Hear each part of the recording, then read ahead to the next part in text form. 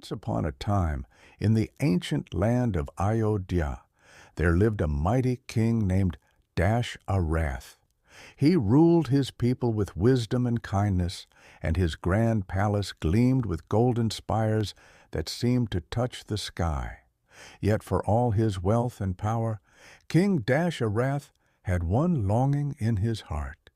He wished for children to bring laughter and new life into his royal halls. One warm afternoon, he stood on the palace balcony with his three beloved queens, Kaushalya, Kaikeyi, and Sumitra. Each queen wore shimmering silks and looked upon her husband with gentle concern. They knew what he yearned for, and they shared the same hope. "My dear queens," the king said, his voice soft with emotion, "I have everything a ruler could desire, yet our palace echoes with silence. How I wish for a child's laughter to fill these rooms." Kaushalya reached out and placed a comforting hand on his arm. "Your wish will not go unheard, my lord. We will do all we can to receive the god's blessing." That very day, Dasharath summoned his wise priest, Rishi Shring, who had a long flowing beard and kind eyes that seemed to twinkle with hidden knowledge. "O king," said Rishi Shring, "there is an ancient ceremony called the Putra Kameshti Yagya. If performed with pure devotion, it can invite divine favor and grant you the children you seek." At once, the palace burst into activity. Courtiers gathered rare herbs, musicians tuned their flutes and drums, and flower garlands were prepared for the sacred event. When dawn broke on the day of the ceremony, the entire kingdom thronged to the banks of the holy Saryu River to witness the grand ritual. The flames of the ceremonial fire danced and crackled as Rishi Shring chanted mantras. The air carried the perfume of incense, and the king and queens prayed with all their hearts. Suddenly, there was a hush. Through the swirling smoke of the Yagya fire, a radiant figure appeared. He held a golden bowl filled with a sweet nectar called payasam. His voice echoed like distant thunder, yet felt warm and reassuring. "King Dasharath, the gods have heard you. Share this payasam among your queens. In time, they shall bear you the children you desire." With trembling hands, Dasharath accepted the divine gift. He returned to the palace, where he carefully divided the sweet pudding. One portion for Kaushalya, one for Kaikeyi, and 2 portions for Sumitra. Each queen accepted her share with gratitude, as though holding a bit of starlight in a simple bowl. In the months that followed, a sense of joyful anticipation spread through Ayodhya. Everywhere, people whispered that their beloved king and queens would soon be blessed with heirs. Flowers bloomed more brightly, and the melodic ring of temple bells seemed gentler than ever before. At last, the day arrived when the kingdom rejoiced like never before. Kaushalya gave birth to a son named Ram, who seemed to glow with a serene radiance. Soon after, Kaikeyi gave birth to Bharat, whose eyes sparkled with curiosity and quiet strength.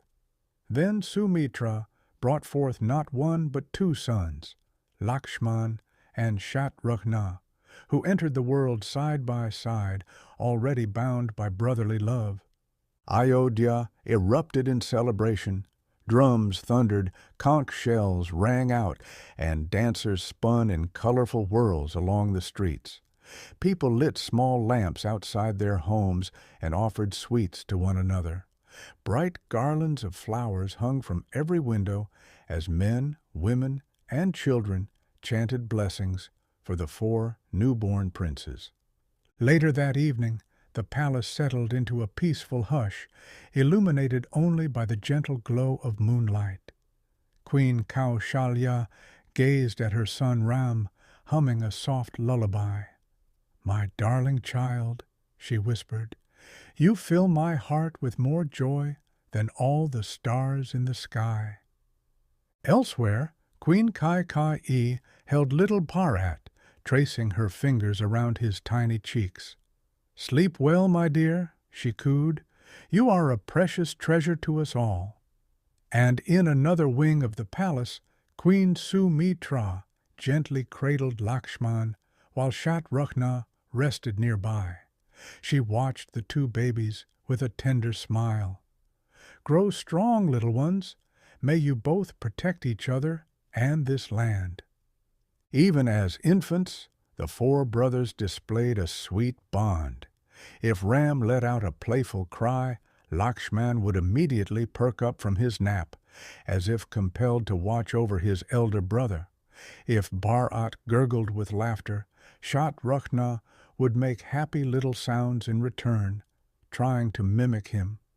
The palace attendants marveled at these small but wondrous moments, a promise of the closeness that would shape the brothers' future. King Dasharath, too, often found himself standing quietly at the doorway to the royal nursery, looking in on his sons with awe and gratitude. Just watching them breathe, coo, and wriggle their tiny fingers filled him with a joy he had never known. Beyond the palace walls, the people of Ayodhya felt a new sense of hope. Vendors in the markets exchanged greetings about the four princes, and travelers passing through remarked on the kingdom's happiness. The city, already a place of beauty, shimmered with an extra layer of enchantment, as though the very air were humming with blessing. That night, when the moon rose high above the towers of the palace, Rishi Shring and the royal priest Vashisth shared a quiet conversation in a secluded courtyard. Vashisth looked thoughtful. "Something tells me these children are destined for greatness," he said. Rishi Shring nodded gravely. "Yes, I sense that Ram carries within him the essence of Lord Vishnu. In time, each of these brothers will play a role in a story that will guide the world toward righteousness." Their words floated away into the soft night air, mingling with the rustle of leaves and the faint echo of drums. Within the palace, the four tiny princes slept soundly, cradled by their mother's love. Unaware of the path that lay ahead, they rested content in the glow of a new beginning. Thus ended the kingdom's long wait.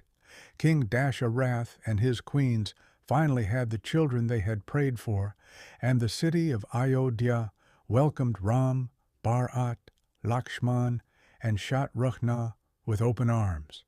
While no one yet knew the extraordinary destiny awaiting these royal brothers, all sensed that a wondrous chapter had just begun, a chapter that would be sung and cherished for ages to come.